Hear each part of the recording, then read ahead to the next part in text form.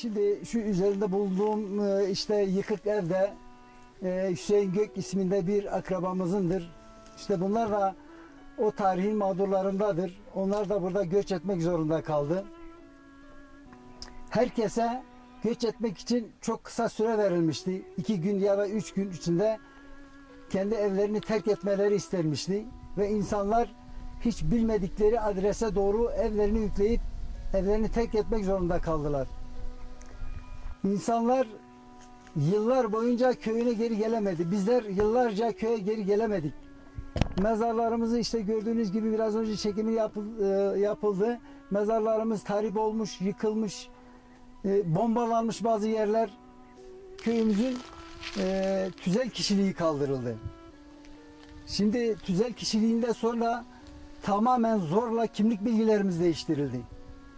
Hiç istemediğimiz, belki de başka bir il ve ilçenin nüfusuna geçmemiz gerekirken zorla onların isteği doğrultusunda kimlik bilgilerimiz değiştirildi. Şimdi biz tabii ki 5-6 seneden beri de köye geri dönüş için çabalarımızı sürdürüyoruz. İlgili makamlara başvuruda bulunduk. Köyümüze ulaşımı sağlayan köprü imha edildi. Aşağıdaki mezarlarımıza gelme imkanımız tamamen ortada kalktı.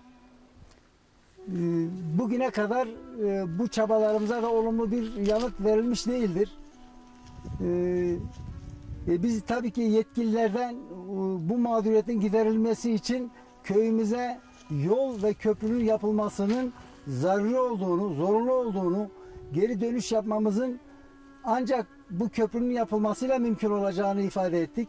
Ama bugüne kadar bununla ilgili de olumlu bir sonuç alamadık. Tabii ki bizim de girişimlerimiz devam ediyor. Köye geri dönüş için 128 tane köylümüz köye geri dönüş için talepte bulundu. Bunların taleplerini biz ilgili makamlara ilettik. Ancak tabii bugüne kadar daha henüz olumlu bir sonuç almış değiliz.